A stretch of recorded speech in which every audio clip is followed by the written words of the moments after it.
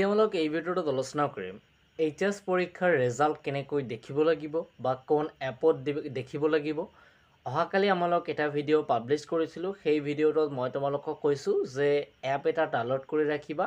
এপতো তোমালোকৰ ইনফৰমেশ্যন দিয়া হয় কোনদিনা ৰেজাল্ট দিব নাদিব। গতিকে আমলোক বেছি দেৰি নকৰি ভিডিঅ'টো আৰম্ভ কৰি আছোঁ আৰু তোমালোকে ভিডিঅ'টো শেষলৈকে চাবা, ঠিক আছে। তো তোমালোকে সৰ্বপ্ৰথম কি কৰিবা, তোমালোকৰ সমূহ ছাত্ৰ ছাত্ৰীৰ মোবাইলত হয়তো প্লে ষ্ট'ৰ আছে, হয়তো মানে প্লে ষ্ট'ৰ থাকে, প্লে ষ্ট'ৰ আছে। তোমালোকে প্লে ষ্ট'ৰত ক্লিক কৰিবা। ক্লিক কৰাৰ পিছত ইয়াত সাৰ্চ বটনত যাবা, সাৰ্চ কৰিবা এইচএছ ৰেজাল্ট এপ 2025, ঠিক আছে। এনেকৈ সাৰ্চ কৰিবা। সাৰ্চ কৰাৰ পিছত স্ক্ৰল ডাউন কৰিবা। স্ক্ৰল ডাউন কৰাৰ পিছত ইয়াত থকা যিকোনো এটা এপ ডাউনলোড কৰিলেই হৈ গ'ল, যিকোনো এটা। কেৱল মাত্ৰ তোমালোকৰ বোৰ্ড যে Assam higher secondary education council আৰু আসাম যে বোৰ্ড তোমালোকৰ, সেইটো তোমালোকৰ দিব লাগিব, ঠিক আছে।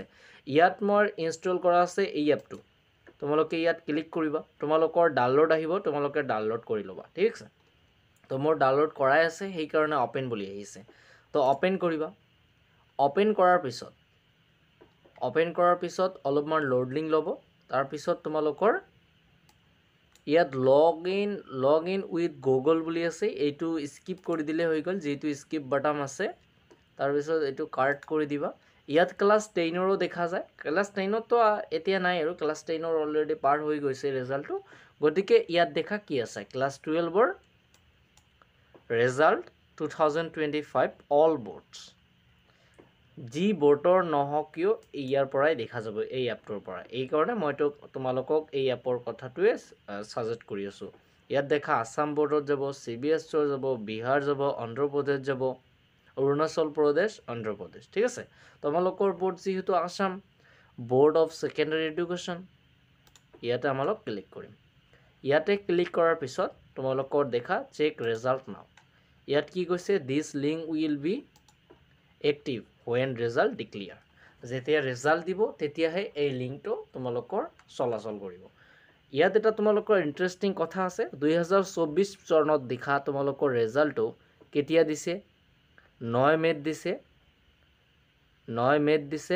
9 AM। আৰু এটা কথা কৈ দিওঁ, এতিয়া যিহেতু কথা উঠি আছে যে 9 মে'ত হায়াৰ ছেকেণ্ডেৰী পৰীক্ষাৰ ৰেজাল্ট দিয়া হ'ব, সেইটো কিন্তু কনফাৰ্ম নহয়। এই কাৰণে কনফাৰ্ম নহয়, তাৰ কাৰণ বহুত ইউটিউবাৰে আগৰ ডেট হিচাপে কৈ আছে, কিন্তু আগৰ ডেট হিচাপে কেতিয়াও ৰেজাল্ট নিদিয়ে, ঠিক আছে। ইয়াত তোমালোকে দেখা 23ত দিছে জুনত, তাৰ আগত 24ত দিল মে'ত, তাৰপিছত 22ত দিল জুনত, কিন্তু 23ত দিল 6 জুনত। জুলাই, জুন, জুলাই, মে'। মানে তোমালোকৰ ধৰি লোৱা ইয়াত দেখা গৈ আছে কি মে' মাহটো তোমালোকৰ বেছি চান্স আছে, ঠিক আছে। তো ছাত্ৰ-ছাত্ৰীসকল আজিৰ ভিডিঅ'টো ইয়াতেই, আৰু তোমালোকে নিশ্চিন্ত থাকা, তোমালোকৰ ৰেজাল্টসমূহ ছাত্ৰ ছাত্ৰীৰ ৰেজাল্ট ভালেই হ'ব, ঠিক আছে।